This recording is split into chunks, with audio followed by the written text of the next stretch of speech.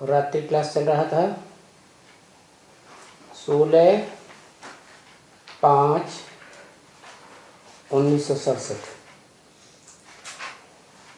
दूसरे पेज के मध्यांक में बात चल रही थी, राजा हो इस दुनिया में कलयुग के अंत में या प्रजा हो,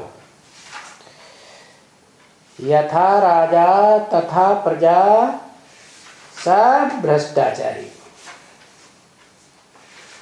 एक भी श्रेष्ठ इंद्रियों से आचरण करने वाला नहीं। जैसे स्वर्ग में देवताएं होते हैं, सुखदायी श्रेष्ठ इंद्रियों से आचरण करने वाले होते हैं, ऐसा इस द्वापर युग से जो दुनिया द्वैतवादी तैयार होती है देहधारी धर्म पिताओं के द्वारा नंबरवार, उसमें जो भी राजा बनते हैं जिस धर्म में भी, जिस धर्म खंड में भी, वो कोई भी ऐसे नहीं है जो श्रेष्ठ इंद्रियों से आचरण करने वाले हों। भ्रष्ट इंद्रियों में भी जो सबसे भ्रष्ट इंद्रिय है, सबसे जास्ती दुखदाई है, काम इंद्रिय, काम महाशत्रु है, गीता में भी बोला ना। तो वो उसी इंद्रिय से भ्रष्ट आचरण करते हैं। भ्रष्ट आचरण क्या होता है? दुख देना। श्रेष्ठ आचरण क्या होता है? सुख देना।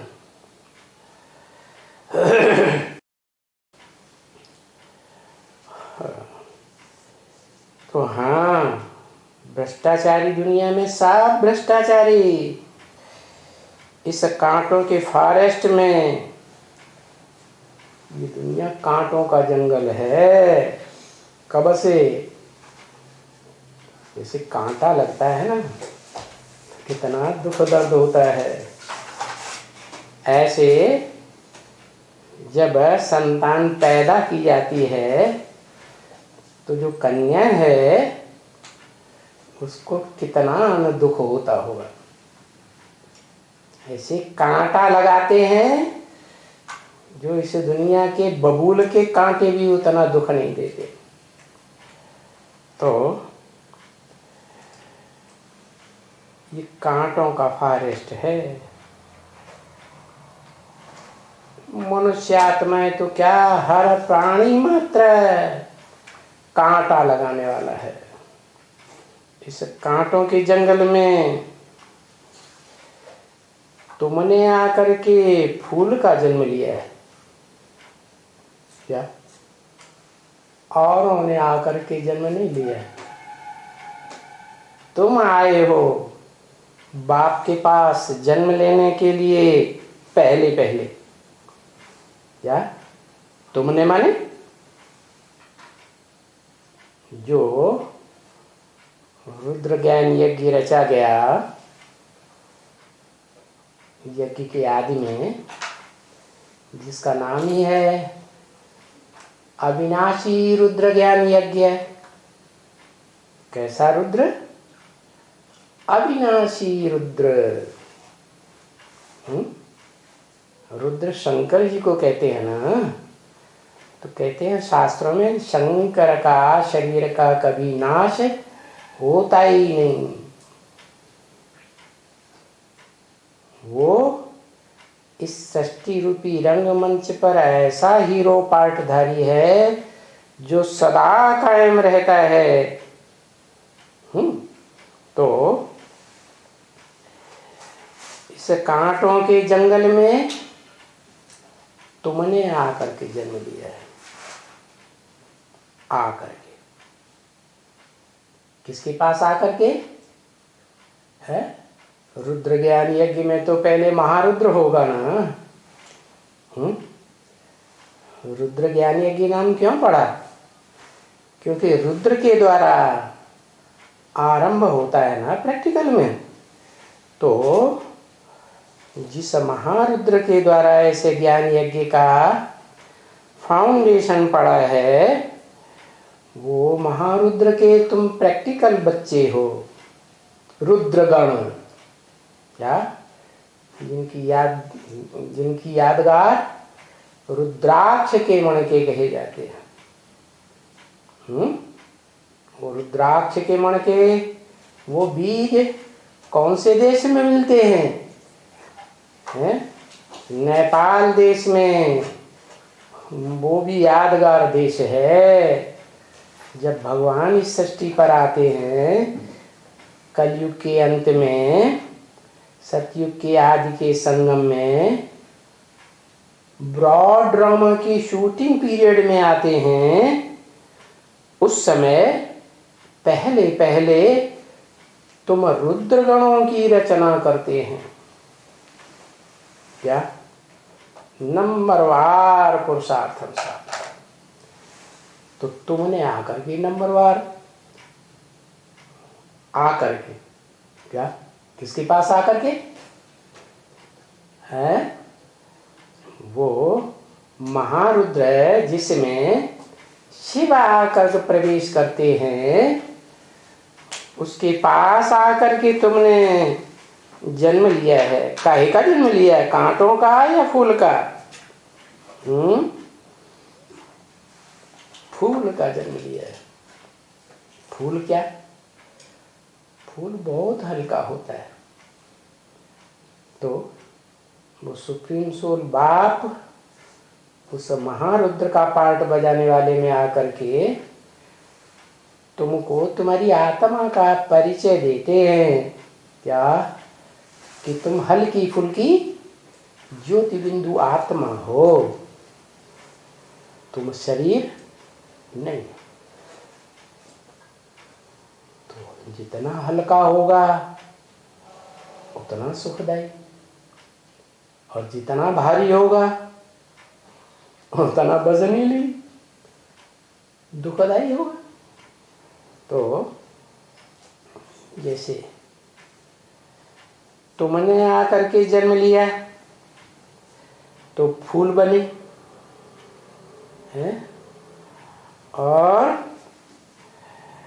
किसके द्वारा फूल बने? अभी तुम फूल बने हो इसे पुरुषोत्तम संगम युग में, शूटिंग काल में, तो किसके द्वारा फूल बने हो?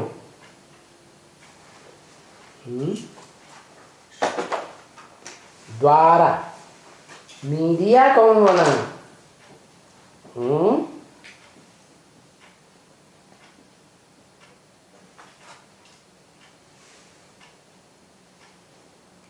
नहीं,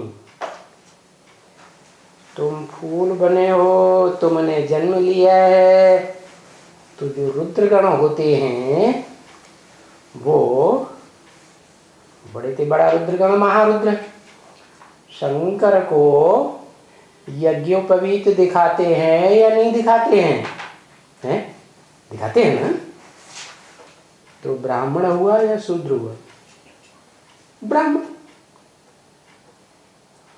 तो चोटी का ब्राह्मण है, पहला पहला ब्राह्मण। उस ब्राह्मण में, चोटी के ब्राह्मण में, वो शिव आत्माओं का बाप सुप्रीम सोल प्रवेश करते हैं पहले पहले, और उसे क्या नाम देते हैं? क्या नाम देते हैं? है ब्रह्मा। चूंकि ब्रह्मा नामधारियों में वो परे ते परे स्टेज वाला ब्रह्मा है, इसलिए उसको शास्त्रों में परम ब्रह्म कहा गया है। क्या कहते हैं ना, गुरुर् ब्रह्मा गुरुर्विष्णु गुरुर्देवो महेश्वर गुरु साक्षात परम ब्रह्म तस्मै श्री गुरुवे नमः। तो जैसे दादा लेखराज ब्रह्मा पुरुष शरीर में शिव प्रवेश करते हैं तो नाम देते हैं ब्रह्मा। फिर बाद में कोई ब्रह्मा कुमार कुमारी उनका नाम नहीं है। दादा लेखराज क्या कहता है? ब्रह्मा बाबा। तो ऐसे ही इस ज्ञान यज्ञ के आदि में जब इस ब्राह्मणों के संगठन का नाम था ओम मंडली, तो नाम दिया परम ब्रह्म। ऊंचे ते ऊंचा, परे ते परे स्टेज में रहने वाला ब्रह्मा। उस ब्रह्मा के द्वारा तुम क्या बने हैं? एक ही अक्षर से पता चल जाता है, ब्राह्मण बने। ब्रह्मा की औलाद ब्राह्मण, शिव के फॉलोअर्स शैव, विष्णु के फॉलोअर्स वैष्णव। एक मात्रा बढ़ती है ना फॉलोअर्स या बच्चे के अर्थ में। तो तुम पहली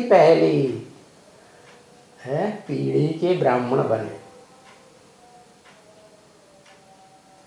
कैसे साबित होता है ब्राह्मण? ब्रह्मा की औलाद हुए तो ब्राह्मण, नंबरवार ब्राह्मण है। उनका संगठन भी है, संसार में प्रसिद्ध है, रुद्रमाला। उसमें लेफ्ट साइड के भी मणके हैं तो राइटियस साइड के भी मणके। इस दुनिया के बीज हैं, ये बीज रूप आत्माओं की दुनिया की माला है। माला माने संगठन। तो उस माला के तुम आत्मा रूपी मणके हो, हैं? जब तुम आकर के बाप के पास वो मणके बने आत्मा रूपी, तो क्या हुआ? फूल बन गए। क्या पहले शूद्र थे? क्या थे? शूद्र थे। फिर क्या बन गए? ब्राह्मण बन गए। गीता में बोला है ना, मैं आता हूं तो चातुर्वर्ण्यम मया सृष्टम गुण कर्म स्वभाव से। गुण कर्म और स्वभाव के आधार पर तुम इस शूटिंग पीरियड में जैसा जैसा पार्ट बजाते हो उस पार्ट के अनुसार वैसा ही काम के आधार पर तुम्हारी जाति का नाम, वर्ण का नाम पड़ जाता है ब्राह्मण, क्षत्रिय, विषयस वैश्य, या क्षुद्र कर्म करने वाला शूद्र। तो देखो बाबा द्वारा तुम क्या बन गए? ब्राह्मण बन गए। किंतु ये जो दुनिया है, भले तुम ब्राह्मण बन गए, जिस दुनिया में तुम रहते हो वो क्या है? क्या है? कांटों का जंगल है। कांटों के जंगल में तुम रहते हो, हैं? फॉरेस्ट ऑफ थॉर्न्स के बीच में रहते हो। एक दो को दुख ही देते रहते हैं इस कांटों के जंगल में। मनुष्यों से लेकर के राक्षसों की इस दुनिया में कलयुग के अंत में एक भी प्राणी मात्र नहीं है जो काम विकार की काम इंद्रिय से दुख का फाउंडेशन न डालता हो। क्या बच्चे की पैदाइश अगर आरंभ में ही दुख होगा तो मध्य और अंत में भी दुख ही का जन्म मिलता है। तो बस एक ही तुम हो जो कांटों से फूल बनाने वाले हो। क्या तुम एक ही रुद्रगण हो, रुद्र नामधारी, जो इस कांटों के जंगल को क्या बनाते हो? कांटों से फूल बनाते हो। बनाते हो ना, तो उसके निमित्त तुम बनते हो। कांटों से फूल बनाने के लिए अव्वल नंबर निमित्त तुम बनते हो। फूल बनाने वाले हो इस दुनिया को, दुनिया के प्राणी मात्र को। क्योंकि अभी क्या हो गया? ये बगीचा हो गया तुम ब्राह्मणों का। क्या बगीचा कैसे बनता है? कांटों का जंगल कैसे बनता है? कांटों का जंगल बनता है।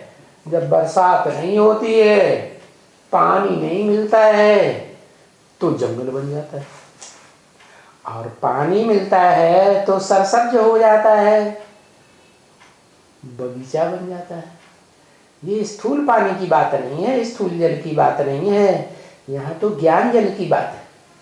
तो तुमको ज्ञान जल से बाप आकर सिंचते हैं, तो तुम कांटों के जंगल के बीच में भी क्या बन गए हैं? बगीचे के फूल बन जाते हो। तो बस अभी तुमको क्या करना है? क्या करना है? क्या करना है तुमको? क्या करना? इनको नहीं, ये जो है ना, इनका पार्ट अलग है। ये पुरुषार्थ के बीच में ही शरीर छोड़ देते हैं, अचानक मौत हो जाती है, सूक्ष्म शरीर भूत प्रेत जैसा बनना पड़ता है। तो भूत प्रेतों के सूक्ष्म शरीर में और ज्यादा ताकत होती है कि कम ताकत होती है? स्थूल शरीर धारे थे तभी इतने दुखदायी थे, फिर सूक्ष्म शरीर आत्मा ने धारण कर लिया तो और ज्यादा दुखदायी। जिसमें भी प्रवेश करेंगे उसकी मन को, बुद्धि को, ज्ञान इंद्रियों को, कर्म इंद्रियों को, सबको कंट्रोल कर लेते और बहुत दुखदायी बनते हैं। क्या? इस तरह की आत्मा है। तो इनकी बात नहीं कर रहा हूं, किसकी बात कर रहा हूं? तुमको पूछता हूं, तुमको क्या करना है? तुमको क्या करना है? औरों को भी कांटे से फूल बनाना। इस तरह की जो आत्माएं हैं ना, ब्रह्मा जैसी, ब्रह्मा को फॉलो करने वाली, ये भूत प्रेत बन करके तुम बच्चों को भी बहुत दुख देती है। क्या? रुद्रगण है ना, उन रुद्राक्ष के मणकों में मुख बने होते हैं। कहते हैं एक मुख का मणका बड़ी मुश्किल से मिलता है। वास्तव में एक मुख की बात करता है, क्या दो दो बातें नहीं करता। एक शिव उसमें जो प्रवेश करते हैं और वो जो ज्ञान सुनाते हैं उसी पर पक्का रहता है। भले ये भूत प्रेत बनने वाले भी प्रवेश करते हैं तुम बच्चों में, इसलिए इन भूत प्रेतों की यादगार, किसी को 2 मुख, किसी को 4 मुख, किसी को 8 मुख, किसी को 14 मुख भी कोई रुद्राक्ष के मणके में होते हैं। तो वास्तव में जिनमें ज्यादा मुख बने हुए हैं वो कमजोर आत्माएं हैं। क्या? एक शिव की मत पर नहीं चलती है, एक शिव की बात को अच्छे से धारण करके दूसरों को नहीं सुनाती हैं, खुद भी धारण नहीं कर पाती हैं, तो कच्ची रह जाती हैं ज्ञान में। और ज्ञान में कच्ची रह जाने के कारण उनमें फिर ये भूत प्रेत आत्माएं प्रवेश करके अपना अड्डा जमा लेते हैं। किसी में 2, किसी में 4, किसी में ज्यादा। तो ये काम तुम्हारा है नंबरवार। क्या? क्यों? तुम्हारे में भी बता दिया। क्या बता दिया? तुम्हारे में भी नंबरवार है ना। भूत प्रेतानी आत्माएं प्रवेश करने वाली किसी में कम, किसी में ज्यादा, भले प्रवेश करती है, लेकिन तुम्हारे अंदर शिव के दिए हुए ज्ञान का अखूट त्रिकालदर्शी शिव का दिया हुआ ज्ञान का फाउंडेशन इतना पक्का होता है नंबरवार कि आखिरी तुम इन भूत प्रेतों के ऊपर भी जीत ही पा लेते हो। क्या? इसीलिए बोला विजय तुम्हारा जन्म सिद्ध अधिकार है, इनका नहीं, इनके फॉलोअर्स का नहीं। और उनका तो बिल्कुल नहीं, दुनिया वालों का वो तो तीसरी दुनिया, बहुत दूर की दुनिया हो गई। तो तुम्हारा काम है क्या? औरों को भी कांटे से फूल बनाना। औरों को माने किनको? क्या दुनिया वालों को? पहले नहीं। जैसे तुम बाप के पास आए हो तो तुम्हारा कल्याण हुआ, तुम फूल बने। ऐसे ही तुम्हारे पास समझने के लिए जो आएंगे, क्या नम्र चित्त हो करके, ऐसे नहीं छाती तान करके, हमें ज्ञान सुनाओ, हमें पूरी बात बताओ, नहीं तो हमें जेल में डाल देंगे, क्या नॉन अवेलेबल वारंट निकाल देंगे, हमारे सामने आओ। तो तुम को बाप ने काम दिया, क्या क्या काम दिया? कि तुम जैसे कांटे से फूल बने हो, औरों को भी बनाना है।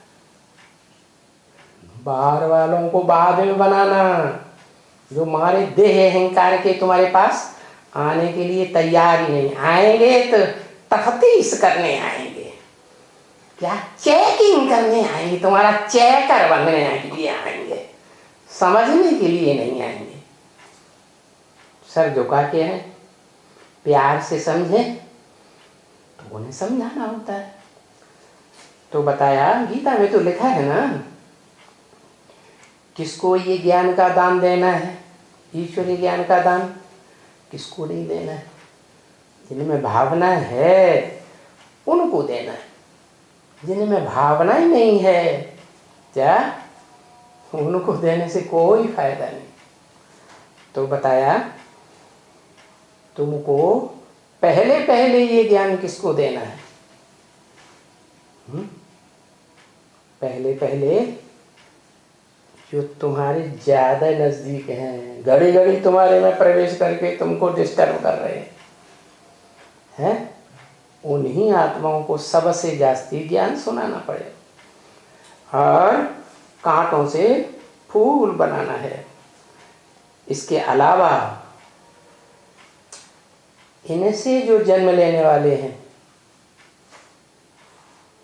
क्या या इनको जन्म देने वाले हैं, क्या कहा? ऐसी आत्माओं को जन्म देने वाले हैं, तो वो तो इनसे भी श्रेष्ठ हुए ना। दो प्रकार के जन्म लेने देने वाले होते हैं, एक बाप के रूप में और एक माता के रूप में। तो जो माता के रूप में जन्म लेने देने वाले हैं वो इनसे भी श्रेष्ठ हैं, लेकिन वो माताएं जो हैं वो इनके कंट्रोल में आ जाती है। ये कृष्ण की आत्मा है ना, क्या कृष्ण को गीता का भगवान बना दिया, क्या गीता माता है, लेकिन माता का गीता पति भगवान बना दिया, जुल्म कर दिया इस दुनिया वालों ने।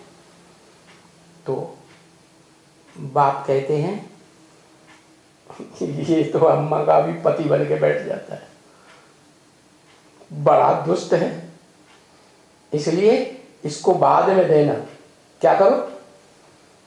जो इसको जन्म देने वाली माता है, ज्ञान से भी जन्म देती है संगम में, और शूटिंग हो जाती है, इसलिए सतयुग के आदि में भी पहले पत्ते के रूप में इसी को जन्म देती है ब्रॉड ड्रामा।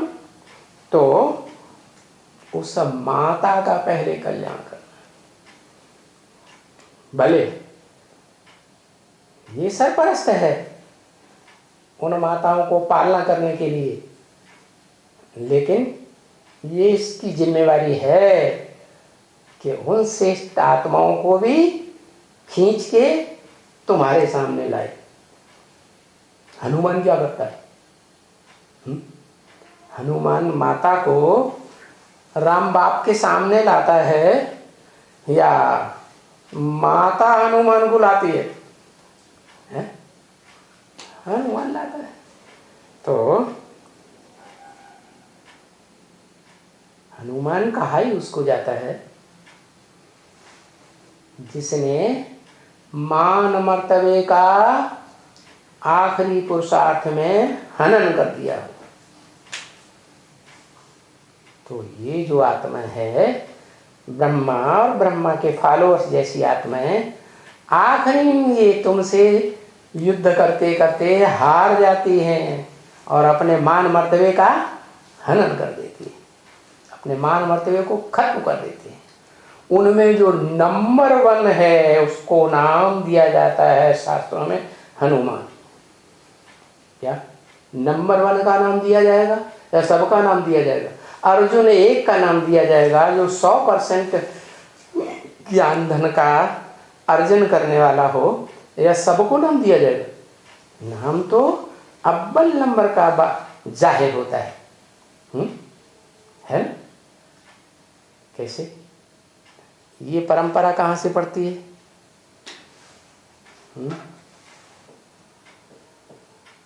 यही संगम युग से ये परंपरा पड़ती है। एक ही ब्राह्मण है पहले नंबर का, चोटी का ब्राह्मण, क्या जो अनेकों रूपों में गाया जाता है। इसलिए वेद का वाक्य है, भक्ति मार्ग में भी वेद का वाक्य है, और जो ब्रह्म वाक्य अभी निकल रहे हैं संगम में, ब्रह्मा के मुख से मुरली कही जाती है, उसमें भी वाक्य है। भक्ति मार्ग के वेदों में वाक्य है, एको सद्विप्रा बहुधा वदन्ति। क्या एक ही सच्चा ब्राह्मण है जो शास्त्रों में अनेकों रूप में जिसका गायन होता है।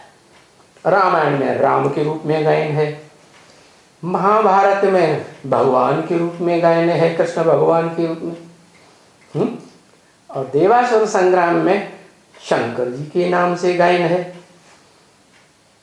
जितने प्रकार के शास्त्र हैं उन सब शास्त्रों में उस एक ही ब्राह्मण का गायन है। इसलिए बोला एको सद्विप्रा बहुधा वदन्ति। एक ही सच्चा ब्राह्मण है जो अनेक प्रकार से शास्त्रों में गाया हुआ है, हीरो पार्टधारी के रूप में। तो बताया तुमको कांटों से फूल बनाना है नंबर 1। पहले ये तुम्हारे में ज्यादा प्रवेश करके तुम्हारा संग का रंग लेते हैं। इनके फॉलोअर्स भी हैं जो तुम जैसे रुद्रमाला के मणकों में प्रवेश करके बहुत तंग कर रहे हैं, लेकिन बाप का वरदान है तुमको जन्म, क्या विजय तुम्हारा जन्म सिद्ध अधिकार। आखिरी विजय तुम्हारी होगी, पक्का है। क्या तुम्हारा हेड ऑफिस है विजय विहार। क्या कहाँ विहार करने वाले हो? है कैसे ब्राह्मण हो? विजय में विहार करने वाले हो। बुद्धि में सदा बना रहे विजय हमारा जन्म सिद्ध अधिकार है। तो है ये सारा जंगल दुनिया में, परंतु ये तुम्हारे ऊपर जिम्मेवारी आ गई। क्या कि सारे कांटों के जंगल को, जितने भी कांटे हैं उनमें भी जो मनुष्य मात्र हैं, कि वो प्राणियों में सबसे श्रेष्ठ प्राणी तो मनुष्य हैं, तो जो मनुष्य हैं उनका पहले कल्याण करना है, और कल्याण होगा भी उन्हीं का, क्योंकि मनन चिंतन मंथन करने वाला मन उन्हीं के पास है। दूसरे पशु पक्षी प्राणियों के पास मन है ही नहीं। ये तो विकारी बुद्धि शास्त्रकारों ने, उनमें भी सबसे पहले दाढ़ी मूछ वाले ऋषियों मुनियों ने, दाढ़ी मूछ विकारी की निशानी है ना, देवताओं को तो दाढ़ी मूछ नहीं, क्लीन शेव होते हैं, तो उन्होंने ये शास्त्रों में गड़बड़ कर दिया है। क्या? तो उल्टा पलटा लिख दिया है। नहीं तो ये सारी दुनिया में प्राणी मात्र जितने भी हैं उनको, कांटों को, जो काम विकार का कांटा लगाने वाले हैं उनको क्या करना है? कांटों से फूल बनाना। बाकी जो ये ब्राह्मण हैं, देखो ये फूल बन रहे हैं क्या? उनके अलावा जो दुनिया में कांटे हैं, तुम तो सामने हो, प्रैक्टिकल में बाप के बच्चे बन करके सामने बैठे हो, लेकिन जो सामने नहीं बैठे हैं, दूर हैं क्या, तो ये फूल बन रहे हैं धीरे धीरे। क्या पढ़ाई है ना, पहले बेसिक की पढ़ाई पढ़ाई जाती है, तो उस पढ़ाई से भी कल्याण होता है कि नहीं? उससे भी कल्याण होता है। तो ये भी फूल बन रहे हैं जो फिर देवता बनेंगे। ठीक,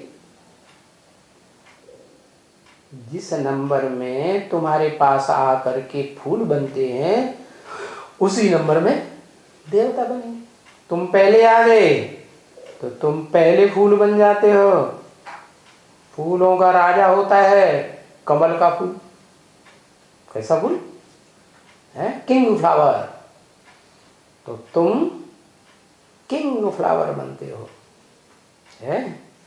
और फिर और भी फ्लावर्स हैं नंबरवार। कौन से? किंग फ्लावर की रानी है क्वीन फ्लावर, गुलाब का फूल। वो भी दो प्रकार के हैं, एक रूहे गुलाब देसी गुलाब और एक विदेशी गुलाब। देसी गुलाब में खुशबू आती है और विदेशी गुलाब देखने में क्या पम्प एंड शो बड़ा अच्छा, ये लिपस्टिक लगी, ये पाउडर लगा, ये ब्यूटी पार्लर, तो देखने में बड़े सुंदर लगेंगे, लेकिन यूज करने में लगेंगे अरे इन्हें तो बड़ी बदबू आ रही है, बेबिचारी है। तो दो प्रकार के फूल हैं रानी बनने वाले। क्या? जो रूहे गुलाब हैं, उन रूहे गुलाबों को पहले खींचना है या नहीं खींचना है? वो पहले तुम्हारे पास आ जाएंगे तो देवता बनेंगे। ये समझ की बात है क्या? कि जैसे तुम पहले आ गए बाप के सामने तो तुम पहले फूल बन गए, ऐसे ही जो भी तुम्हारे सामने पहले आवेंगे वो फूल बनेंगे। अब विदेशी तो दूर है और स्वदेशी तो देश में ही बैठे हैं, तो पहले कौन आवेंगे? नजदीक हैं तो वो जल्दी आएंगे, क्योंकि जन्म जन्मांतर नजदीक रहे हैं, नजदीक रह करके उनमें जन्म जन्मांतर पार्ट बजाया है, संग का रंग लिया है, तो वो संग का रंग का संस्कार उनको खींच लेता है। तो ये समझ की बात है ना, कोई धूल छाई नहीं है। धूल माने देह अभिमान की धूल नहीं है इस ज्ञान में। क्या ये कैसा ज्ञान है? ये ज्ञान वो ज्ञान संसार का नहीं है। जैसे बड़ा सागर, 7 सागरों को मिला के एक सागर है ना, है? कल्पांत काल में जब जलमयी होती है सारे सागर की, तो उसमें कितना कचरा मिट्टी देह अभिमान की धूल मिल जाती है। देह मिट्टी है ना, तो धूल छाई ये ज्ञान नहीं है। कौन सा ज्ञान? ईश्वर का ज्ञान है, सुप्रीम गॉडफादर का ज्ञान है, त्रिकालदर्शी का ज्ञान है। क्या? क्यों त्रिकालदर्शी है? क्योंकि वो आत्मा सुप्रीम सोल। क्यों त्रिकालदर्शी है? क्योंकि वो जन्म मरण के चक्र में नहीं आती है, और बाकी सब जितने भी आत्माएं हैं वो सब जन्म मरण के चक्र में आती है, इसीलिए पूर्व जन्म की बात भूल जाती है। वो एक आत्मा ऐसी है सुप्रीम सोल शिव।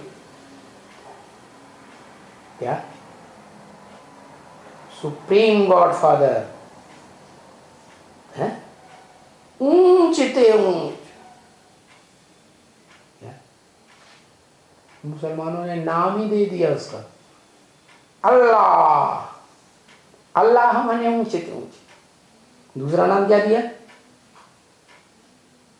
मुसलमानों ने अल्लाह के अलावा दूसरा नाम उसको क्या दिया? बोल रहे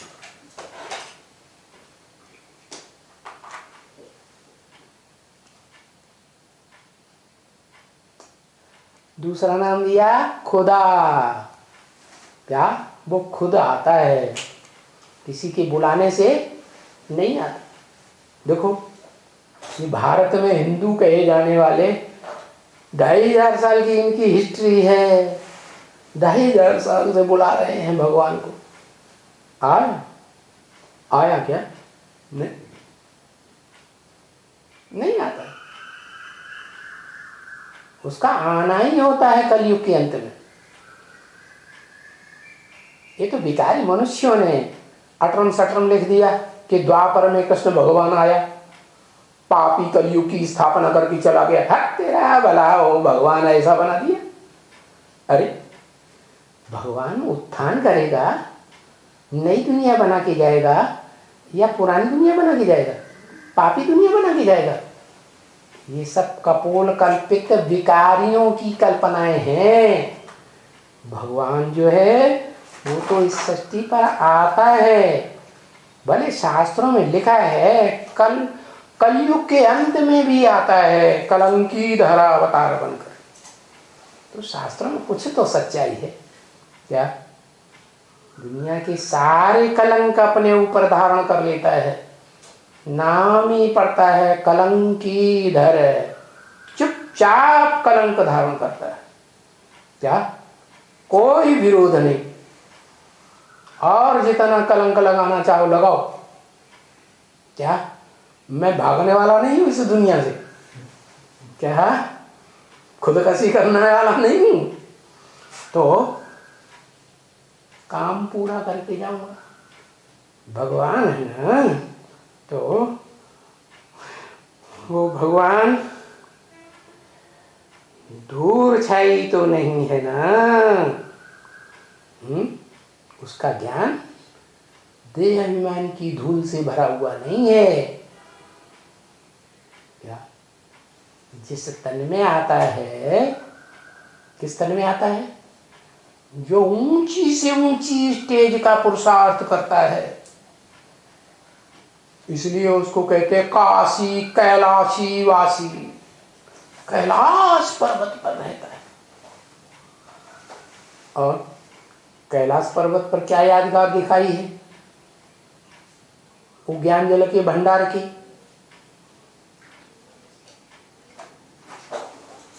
है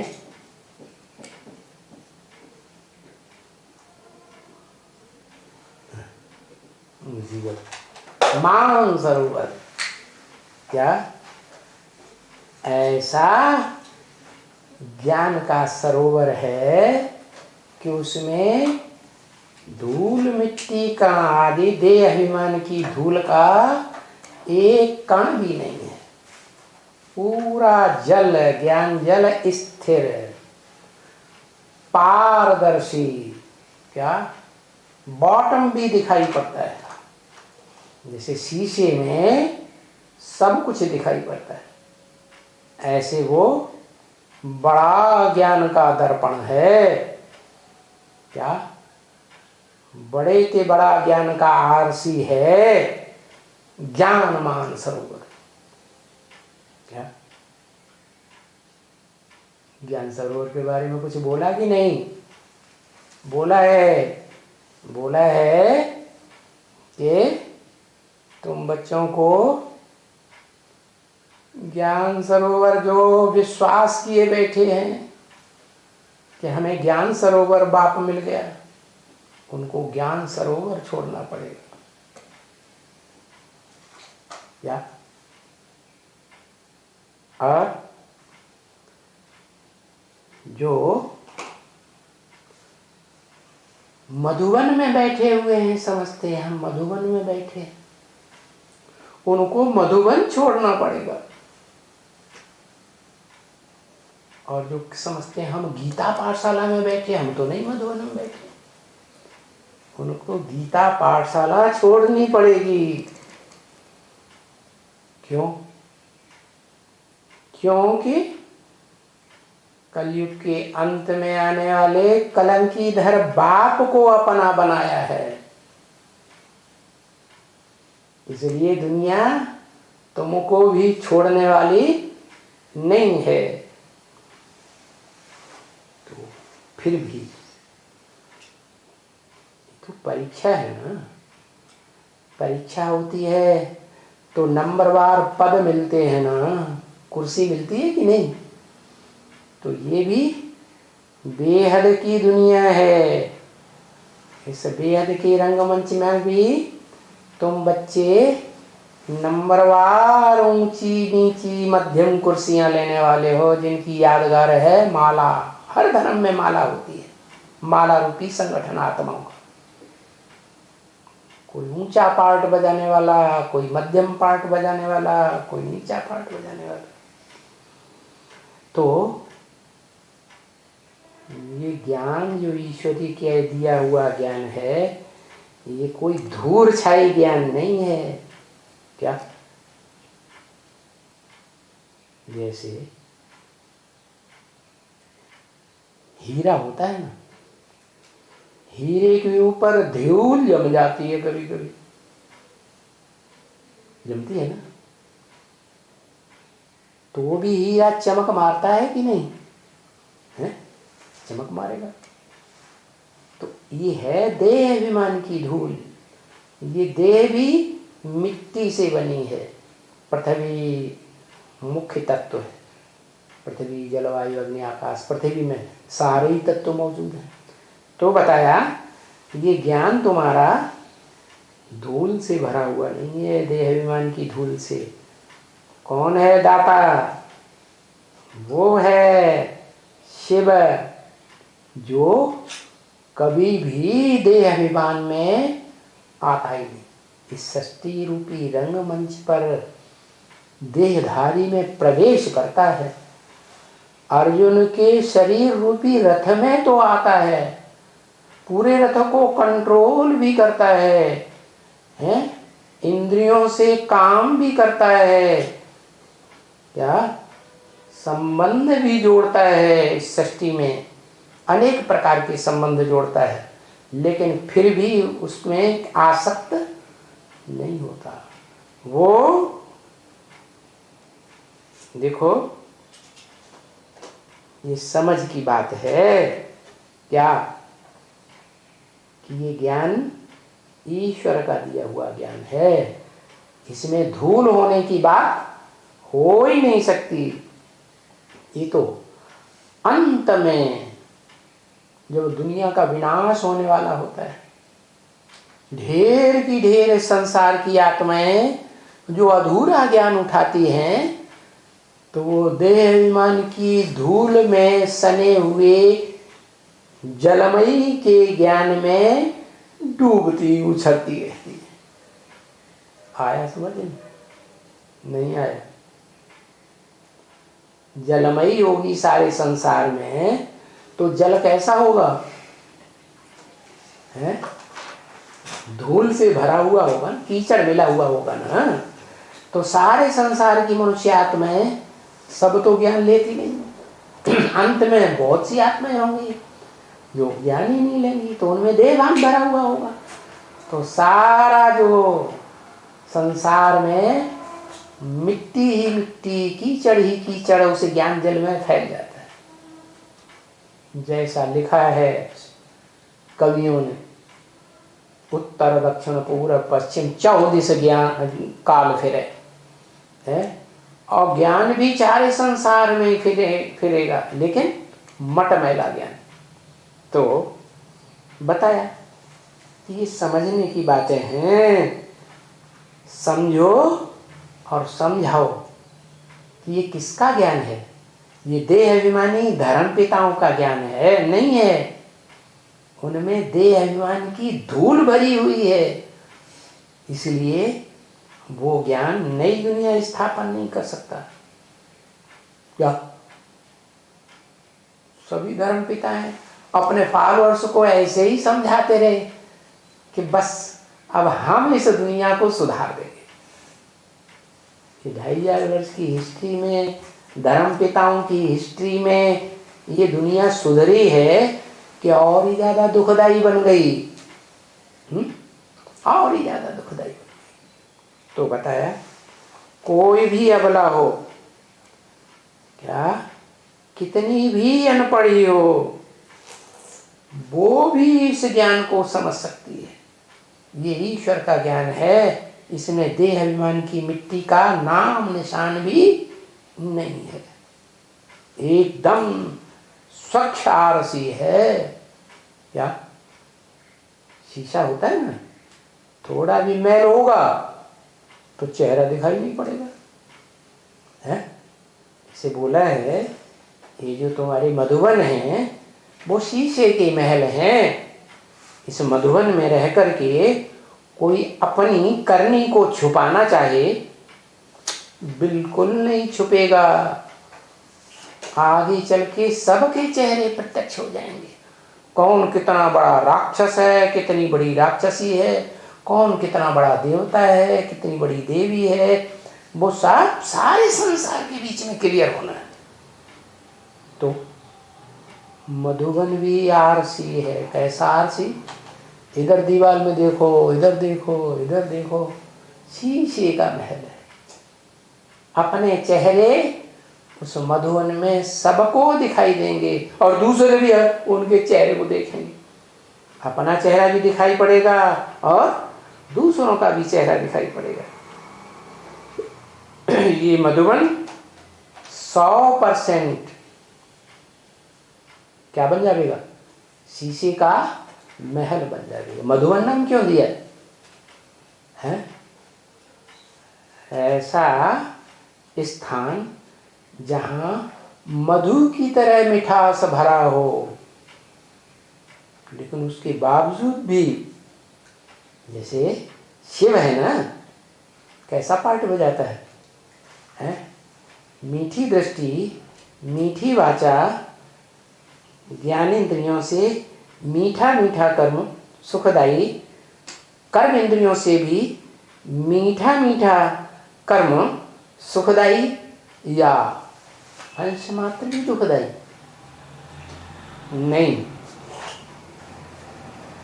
तो ऐसे ही ये जो मधुबन है वो शीशे के महल 100% बन जाएंगे।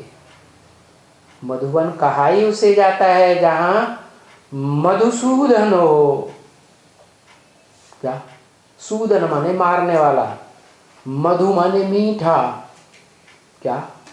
मीठे के मीठा है काम विकार रूपी राक्षस। क्या गीता में कहा है ना, है? काम महाशत्रु है। तो ये बड़े से बड़ा राक्षस है। इस राक्षस को मारने वाला जो अव्वल नंबर पार्टधारी है उसका नाम पड़ा है मधुसूदन। प्रैक्टिकल में मारा है, शरीर का आधार लेकर मारा है। क्या? मधुसूदन जहां पार्ट बजाता है, जहां वाणी सुनाता है, जहां दृष्टि देता है, कर्मेंद्रियों से प्रैक्टिकल में कर्म करता है और कर्मेंद्रियों का संग का रंग भी लगाता है, वो ईश्वर। क्या? ईश माने शासन करता, वर माना श्रेष्ठ। ऐसा श्रेष्ठ शासनकर्ता का जो दिया हुआ ज्ञान है वो शीशे के समान है, स्वच्छ शीशा, जिसमें मैल माटी कुछ भी नहीं, कोई पाप का अंश नहीं। क्या? उस ज्ञान को कोई अबला भी सुनेगी। क्या? कैसी अबला? जिसमें कोई बल नहीं रहता। कलयुग के अंत में कन्याएं माताएं अबला बन जाती हैं। क्या? कृष्ण जैसा जो बच्चा है वो ही कैसा बन जाता है? माता का, गीता माता का, भगवान बन के बैठ जाता है, गीता माता का पति बन के बैठ जाता है। तो ऐसी अबलाएं क्या, जिनके बच्चे ही उनके पति बन करके बैठ जाते हैं, कंट्रोल में चलाते हैं। सारी दुनिया में माताओं का यही हाल है। पति शरीर छोड़ जाए, खुदा न खास्ता चला जाए, तो बच्चे पूरा माता को कंट्रोल में कर लेते हैं, अपने आर्डर पर चलाते हैं। तो ऐसी कोई भी अबला इस संसार की नारी, कलयुग के अंत में सभी नारियां अबला बन जाती हैं, बलहीन क्या, वो बलवान उनको छूते हैं और वो अबला बन जाती है। ये हाल है। तो ऐसी अबलाएं वो भी इस ज्ञान को पकड़ लेंगे। उनकी बुद्धि में भी ये शीशे जैसा ज्ञान, ये मानसरोवर का निर्मल ज्ञान जल पी सकती है। उनकी जहीन में बैठ जाता है। कितनी भी अनपढ़ी हो, क्या प्राइमरी स्कूल में जाके काखा गा ABCD भी ना पढ़ा हुआ हो, तो भी इस ज्ञान को पकड़ लेती हैं, समझ सकती हैं, किस आधार पर समझ लेती है। अबला भी है, बूढ़ी भी है और पढ़ी लिखी भी नहीं है। तो उनमें क्या सत्य है? हाँ, उनमें भावना भरी हुई है। जो जन्म जन्मांतर कर्म किए हैं, उन कर्मों में भावना भरी हुई है, वाचा में भावना भरी हुई है, भगवान की प्रति भावना। भाव प्रधान विश्व रचि राखा। जिस भाव से जो कर्म करता है वैसा ही उसको फल मिलता है। तो देखो, अबला हो, अनपढ़ी हो, बुढ़ी हो, कोई भी हो, इस निर्मल ज्ञान जल को पी सकती हैं, पचा सकती हैं और पचा भी रही हैं। क्या प्रैक्टिकल में देख लो, है जा करके तफ्तीश करके देखें। पुरुष जिन्हें भगवान ने ब्रह्मा मुख से बता दिया कि सब दुर्योधन दुशासन है, काम इंद्रिय की मार मारने वाले हैं, ऐसे कांटे हैं, तो वो पुरुष नहीं इस ज्ञान को उठा रहे उतना ज्यादा। कन्याएं उठा रही हैं, माताएं उठा रही हैं, बूढ़ियां उठा रही हैं, बिल्कुल ज़ईफ, जिनके शरीर में ताकत ही नहीं रही बाल बच्चे पैदा करते करते, क्या वो अबलाएं भी ज्ञान उठा रही। उनमें थोड़ी भी हिम्मत नहीं रही पुरुषों का मुकाबला करने की। वाचा से ही मुकाबला करें, कह दें क्या कर रहे हो, दृष्टि भी तीखी करते हैं, वो भी नहीं। तो ऐसी अबलाओं को क्या कहा, ये वरदान मिला हुआ है क्या, कि वो भी इस ईश्वरीय ज्ञान को दिल तक समझ सकती है। कारण क्या बताया, हाँ? ऐसी क्या बात है उनमें, उन कन्याओं में, माताओं में, उन कन्याओं में इस जन्म के भी और पूर्व जन्म के भी वो पवित्रता के संस्कार भरे हुए हैं। क्या जो पुरुष दुर्योधन दुशासन अपवित्र बनते हैं, मूत पलीति बनते हैं, उन पुरुषों को समझाती भी है, हमको छोड़ दो, भले दूसरी शादी कर लो, लेकिन वो मानने वाले नहीं हैं, तो पवित्र बुद्धि हैं। इसलिए प्रैक्टिकल में देखा जा सकता है, चाहे बेसिक नॉलेज लेने वाली ब्राह्मणियाँ हों, ब्राह्मण हों, जिन्हें ब्रह्मा कुमार कुमारी कहा जाता है, चाहे एडवांस ज्ञान डायरेक्ट बाप से सुनने वाले, समझने वाले प्रजापिता ब्रह्मा कुमार कुमारी हों, क्या एडवांस गहराई का ज्ञान पढ़ने समझने वाले हों, उनमें दोनों में ये बात देखी जा सकती है क्या, कि कन्याएं ज्ञान को ज्यादा उठाती हैं, पुरुष नहीं उठाते, कुमार भी नहीं उठाते उतना, माताएं भी उतना नहीं उठाती। क्यों? कन्याएं क्यों ज्यादा समर्पित होती हैं? कारण क्या है? कन्याएं, पवित्रता की पावर कन्याओं में ज्यादा होती है। परिवार में कुमारों के मुकाबले, अधर कुमारों के मुकाबले, अधर कुमारियों के मुकाबले कन्या में ज्यादा पावर होती है पवित्रता की। उनको पता ही नहीं कि अपवित्रता, ये गुमूत की दुनिया में कैसे कैसे कर्म करते हैं जिससे ये दुनिया बढ़ रही है, जनसंख्या बढ़ रही है, उन्हें कुछ पता नहीं। ऐसी पवित्र बुद्धि वाली कन्याएं ढेर की ढेर अर्पण होती, जैसा गीता में लिखा है। क्या 4 प्रकार की आत्माएं हैं जो समर्पित होती है, मेरे पीछे भागती है। और तो इस दुनिया की दुर्योधन दुशासन से आर्तनाद करने वाली होती हैं, दुखी हो जाती हैं, परेशान हो जाती हैं। दूसरी जिज्ञासु,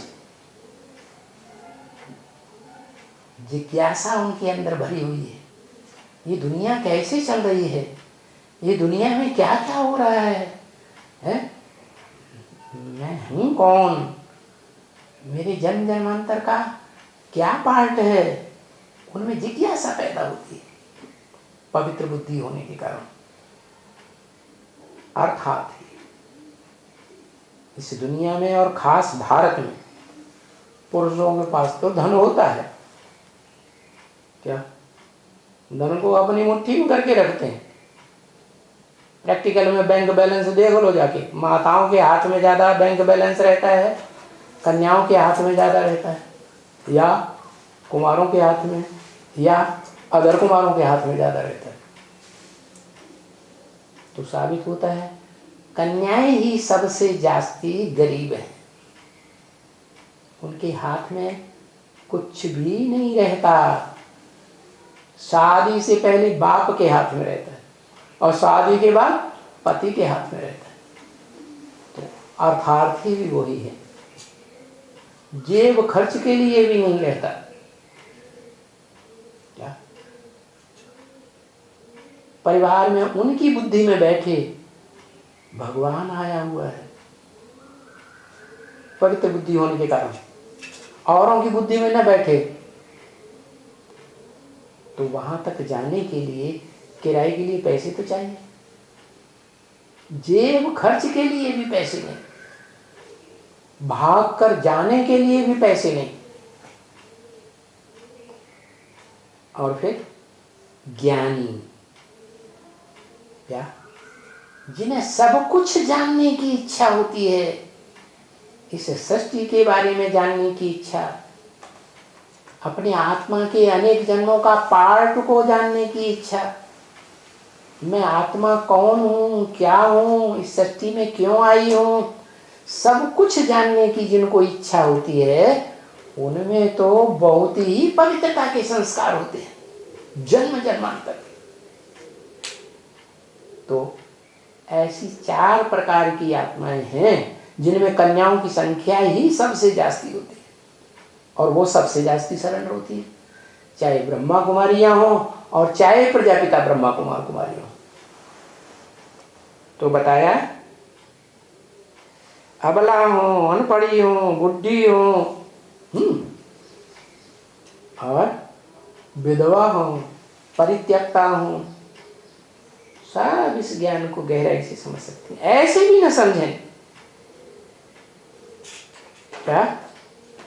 तो भी किसको समझाना होता है ना बच्ची, उनको एकदम फट से बोलो परम पिता परमात्मा की पहचान। या इस परम पिता के परमात्मा से तुम्हारा क्या संबंध है? क्यों याद करते हो? जन्म जन्मांतर याद करते आए, इतना तो पूछ सकती है। वो जवाब नहीं दे तो तुम बता सकते हो क्या कि हमने तो उस परम पिता परमात्मा के साथ जब वो इस सृष्टि पर साकार रूप में आता है, हमने तो सब प्रकार के संबंध जोड़े हैं, इसलिए वो हमें हर स्वरूप में याद आता है।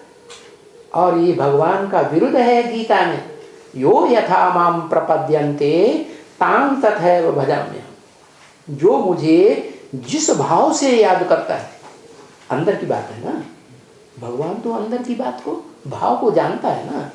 तो जो मुझे जिस भाव से, जिस संबंध के भाव से याद करता है, मैं उसको उसी रूप में प्राप्त हो जाता हूं। ऐसे नहीं संगम युग में नहीं, सारे कल्प में भी प्राप्त होता हूं। उसकी शूटिंग के ऊपर है। उस आत्मा के अंदर जो भाव भरे गए हैं शूटिंग पीरियड में, उसके ऊपर सारा मदार है। कैसे? मैं तो निराकार हूं। निराकार आत्माओं को ज्ञान दे करके मनुष्यों के बीच में जो सबसे बड़ा बच्चा है, उस बड़े बच्चे को मैं अपना वर्षा अखूट ज्ञान का भंडार दे के चला जाता हूं। वो बच्चा फिर मनुष्य सृष्टि का बाप है ना। तो सारी मनुष्य सृष्टि की जो भी मनुष्य आत्माएं हैं, उसकी जिम्मेवारी है हर मनुष्य आत्मा को बाप का परिचय देना। जिस मनुष्य सृष्टि के बाप से वो अपना मुक्ति, जीवन मुक्ति का वर्षा ले सके। तो कौन है ऐसा बाप?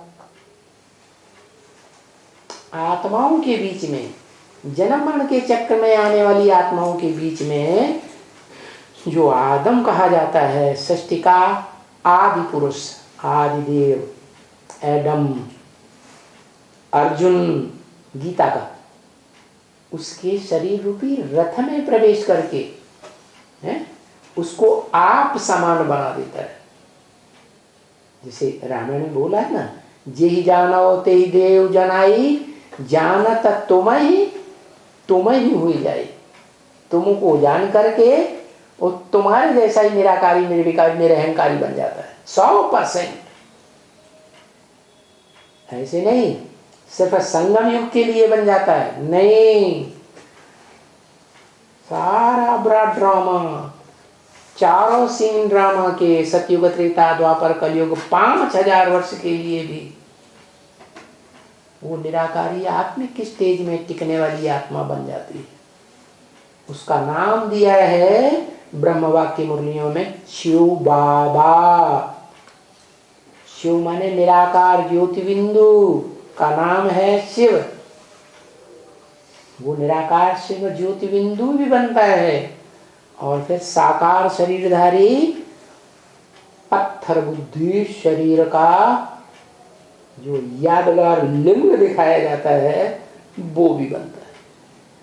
उसका सात्विक स्वरूप सोमनाथ मंदिर में था, जिसमें आत्मा भी हीरे के रूप में दिखाई गई और पत्थर बुद्धि की यादगार वो पत्थर जैसा शरीर भी दिखाया गया, जिसमें भावना की नाम निशान की कोई चीज नहीं रहती। ऐसा भावहीन, ऐसा मनुष्य शरीरधारी मूर्तिमान शंकर भले कहा जाता है, लेकिन वो मनुष्य सृष्टि का बीज रूप बाप ऐसा भावनाहीन कि सारी सृष्टि की सभी मनुष्य आत्माओं को खत्म कर देता है। कोई बच्चे के प्रति कोई भावना नहीं। तो मूर्ति है, लेकिन वो मूर्ति पूरी टोटल 100% पत्थर बुद्धि। उसी मूर्ति का मैं आधार लेता हूं। कौन? शिव। इसलिए गीता में दिखाया गया, अर्जुन के शरीर रूपी रथ में प्रवेश करता है, रथ का आधार लेता है और बोलता है इदं शरीरम कौन्तेय क्षेत्रम विद्यविधीयते। हे अर्जुन, ये जो तेरा शरीर रूपी रथ है ना, ये क्षेत्र है, युद्ध क्षेत्र है, धर्म युद्ध का क्षेत्र है, कर्म युद्ध का क्षेत्र है। अलग अलग दुनिया में धर्म फैले हुए हैं ना, है? हर धर्म पिता ने, हर धर्म के धर्मावलंबियों ने धर्म के आधार पर कर्मकांड निश्चित किए हुए हैं। जैसे हिंदुओं में मरने के बाद शरीर को जलाते हैं, ये कर्मकांड। मुसलमानों में, क्रिश्चियंस में मरने के बाद शरीर को जमीन दोज करते हैं, मिट्टी में दबाते हैं। क्यों?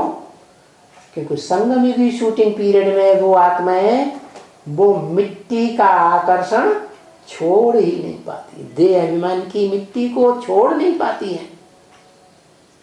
तो फिर यही भाव उनके अंदर भरा हुआ है कि हमारा अंतिम हश्र क्या होता है? हमारा अंतिम हश्र ही यही होता है क्या? कि हमें देह अभिमान की मिट्टी में ही गड़ के रहना चाहिए। तो भक्ति मार्ग में जब शरीर छोड़ते हैं तो उनको शरीर को मिट्टी में दबाया जाता है। ओम।